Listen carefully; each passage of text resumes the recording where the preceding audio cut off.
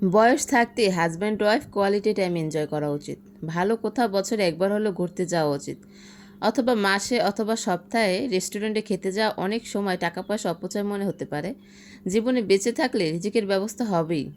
কিন্তু একটা সময় আসে, বৃদ্ধ বয়সে আপনার টাকাই থাকবে হয়তো, কিন্তু আপনি চাইলেই কিছু খেতে পারবেন না। শারীরিক অসুস্থতায় ঘুরতে মন চাইলেও তখন পারবেন না। দামি জামা কাপড় দেখলেও পরতে মনে চাইবে না, তখন কমফোর্টটাই বেশি ইম্পর্ট্যান্ট হবে। সন্তানের লেখাপড়া অথবা বিভিন্ন রেসপন্সিবিলিটি আসবেই, তার মধ্যে থেকেও সময় বের করা যায়। সব সম্পদ টাকা সন্তানের জন্য সঞ্চয় করবেন, কিন্তু অল্প কিছু নিজের জন্য বরাদ্দ রাখা উচিত। দিন শেষে আপনার বাচ্চারও আলাদা লাইফ হবে, সে তার লাইফ এনজয় করবে। তাই সময় থাকতে আপনি যদি আপনার লাইফটা এনজয় করেন, তখন আর খারাপ লাগবে না। তখন মেয়ে মেয়ের জামাই, ছেলে ছেলের বউ ঘুরতে গেলে, রেস্টুরেন্টে গেলে আফসোস হবে না। তাদের এনজয়মেন্ট তখন ভালো লাগবে, তারাও সম্মান করবে। টেনশন, টাকা পয়সা টানাটানি, ব্যবসায় প্রবলেম, হাজার হাজার মানসিক কষ্ট, কিন্তু এইগুলো যেন সম্পর্কে প্রভাব না ফেলে। জীবনের এই ছোট ছোট এনজয়মেন্টের জন্য আপনার মন মানসিকতা উদার হতে হবে। সবাইকে নিয়ে ভালো থাকতে পারবেন। একটা সময় পর লাইফ পার্টনার থাকবে না আপনার পাশে, কিন্তু আপনার অসংখ্য স্মৃতি বাঁচাতে শিখবে তার বাকি জীবনটা।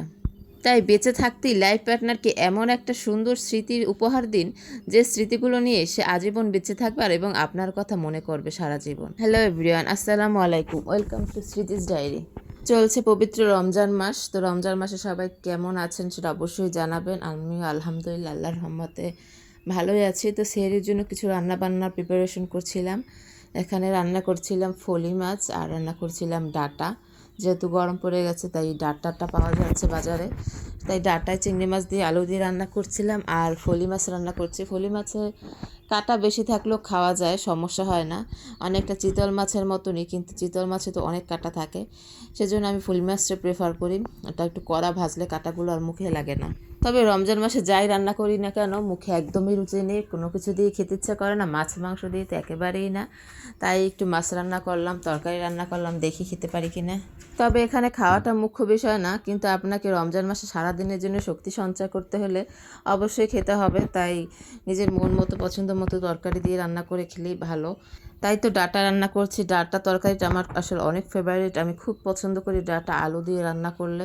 আসলে আমি সব তরকারি পছন্দ করি না, তাই স্পেসিফিক যে তরকারিগুলো পছন্দ করি ওইগুলোই আমি বেশি খাওয়ার চেষ্টা করি। আর ডাটাতে কিন্তু প্রচুর পরিমাণে ফাইবার রয়েছে, যা আপনার শরীরের জন্য অত্যন্ত উপকারী। তো সেহরির জন্য কে কি রান্না করলেন আজকে তা অবশ্যই জানাবেন কমেন্টে। আমার তো সবসময় রান্না করতে খুবই ভালো লাগে, তাই রান্না করি। আর আমার রান্নাগুলো কেমন হয়েছে সেটাও অবশ্যই জানাবেন। অবশ্যই রান্নাগুলো হচ্ছে একটা শিল্প, তাই এক একজন এক এক রকমের রান্না করে। এই যে আমার রান্না অলমোস্ট ডান। তো কেমন হয়েছে আমার রান্না? সবাই ভালো থাকবেন, সুস্থ থাকবেন। দেখা হবে নেক্সট কোনো ভিডিওতে। আল্লাহ হাফেজ।